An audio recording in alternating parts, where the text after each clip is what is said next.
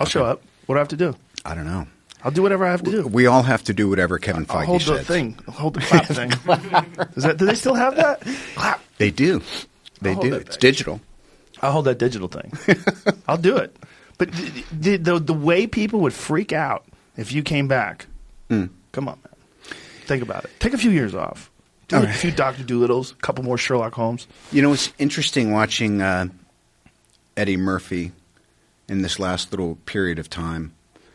And I was talking to Colin Jost last night, who got to sit next to him at the Golden Globes and who was there and, on the show and writing for him, with him when he hosted recently. And I go, it's just incredible. Our culture never encourages taking a break, never encourages saying, don't chase that thing because you've got it in your hands. And I love the idea that if you're good at what you do, then it's not about time. It's about, it doesn't matter when you decide to pick up the mantle again. It's just about, but it's scary, isn't it? Could you imagine? Like if they just say, hey, Joe, just don't do the show for 4 years and then come back and do it again. You'd be like, that's a lifetime. Who knows what's going to happen? Well, with Eddie, what's interesting is he was arguably the greatest of his era and just stopped. Yeah. Just stopped for 30 years. And no one does that. No one who's that good. And then when you see him, I don't know if you ever saw him, he received some award and he was on a panel, and sitting in front of a podium rather, and he was talking about Bill Cosby, and he was doing this routine about them taking away Bill Cosby's awards. Oh, gosh. And it was fucking brilliant. And the timing was so good, and all of us, comics were just sitting there going, he could do it tomorrow. He could just get up there tomorrow and he'd be fucking murdering. Yes.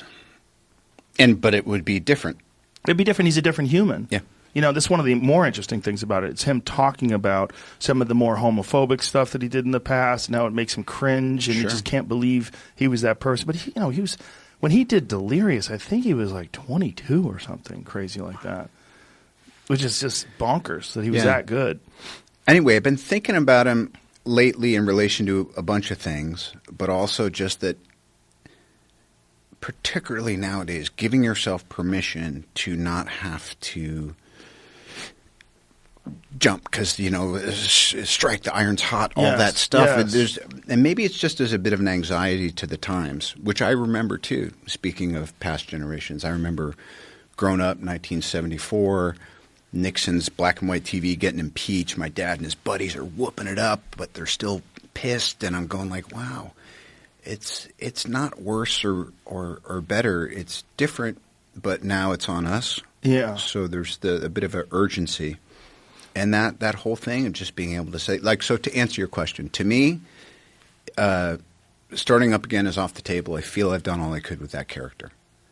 There would have to be a super compelling argument and a series of events that made it obvious to it. But the other thing is, I want to do other stuff. Right, of course. Yeah, of course. Yeah, what you're talking about Nixon and people can lose themselves in current events. And what I mean by that, it doesn't necessarily completely your life is more than what's going on in Washington.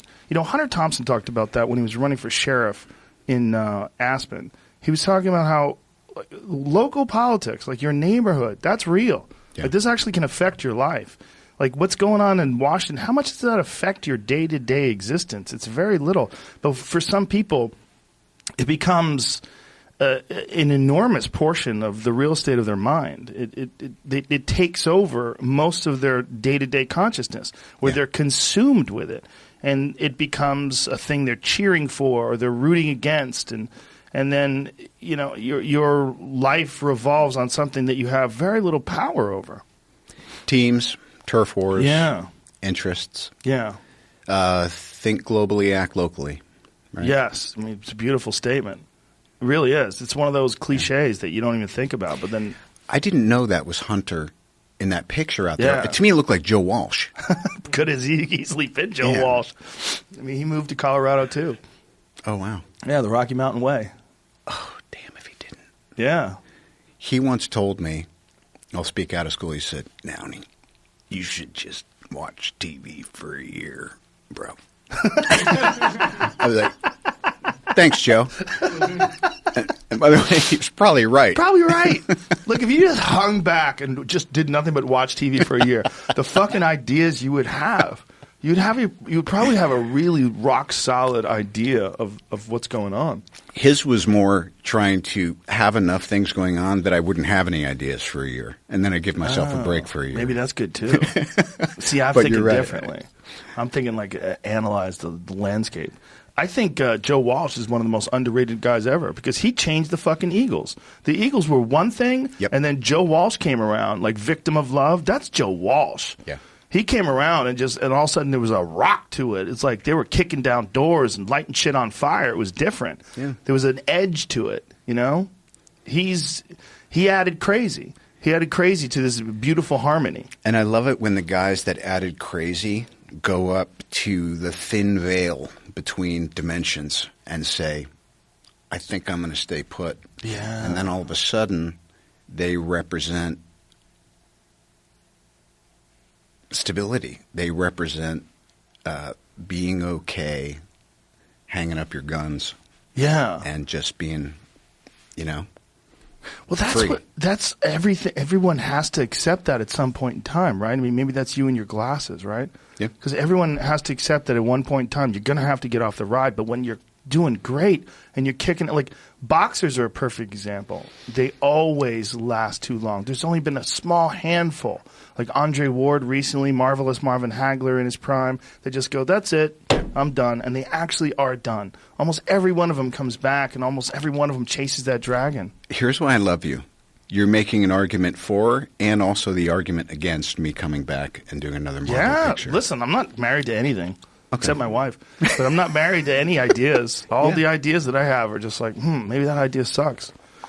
I love you as Iron Man. So I would if they opened up this time machine and you popped out, I just imagine the moment where everybody goes fucking crazy. It would be amazing. Could be great. I would love that. But I would also love you hanging it up. Yeah.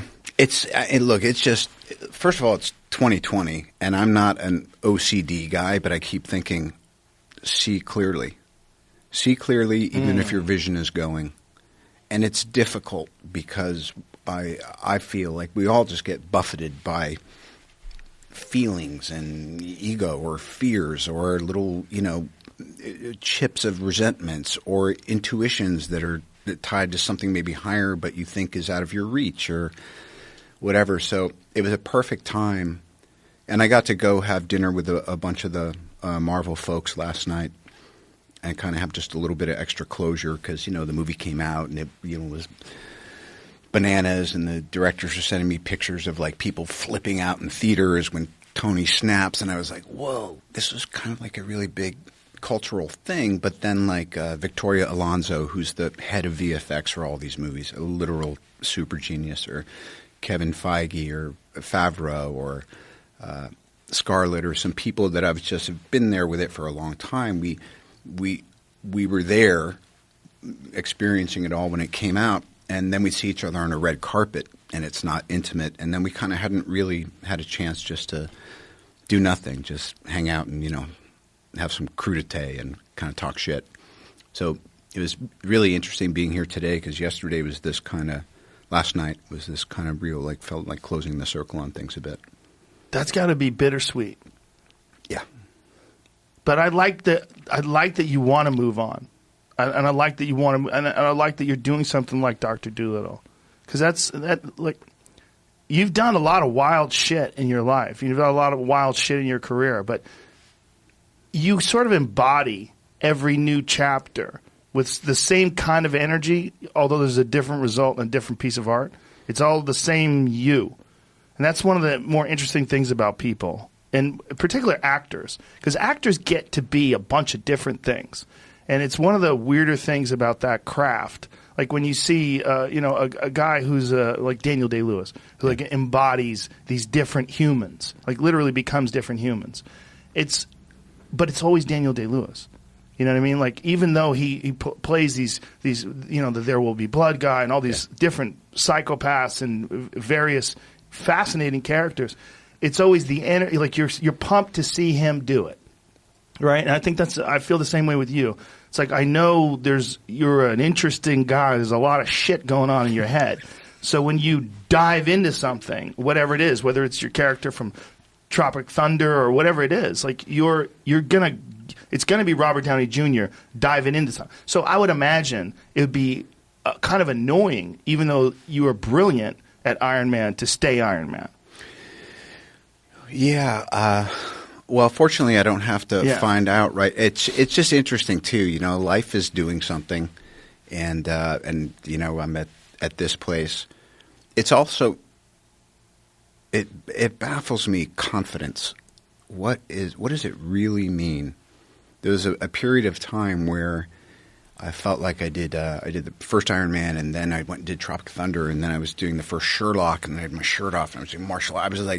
I was all over the place, and it just felt like I was hitting triples no matter what I did. And then people are like, "Are you really as confident as you seem?" And I was like, "I guess right now I am, yeah." And I think this goes. I mean, this reminds me. We were just talking about the McGregor cowboy fight coming up. You know, it's like You gonna go to that? I'm gonna watch it. How can you not watch it? You know, two brilliant souls who cannot lose. Neither one of them can afford to lose this fight. Wow, that is a matchup. Yeah, particularly Cowboy doesn't want to lose. Heck no. But there's this guy who's the poster child, the guy who's the one, right? The chosen one. That's Connor. And then this Cowboy who's like, I think I can fuck that guy up. The journeyman. Yeah. Yeah. So confidence, you know, there's been times when I've felt I'm in possession of it, and then you want to let go a little bit because it's only ever the moment and life guiding you. The wind is so at your back that you're like, wow, are you just, you know, jumping over the waves and all that by yourself? And you're like, you bet I am. But there's a physics to the moment, man, moment, machine, whatever, and the wind's at your back. And then the wind does what the fucking wind does, and it changes. And if you're left there thinking, what, you know, so I think it's great to be in full possession of what you would call supreme confidence, and then see what happens if you don't hold on to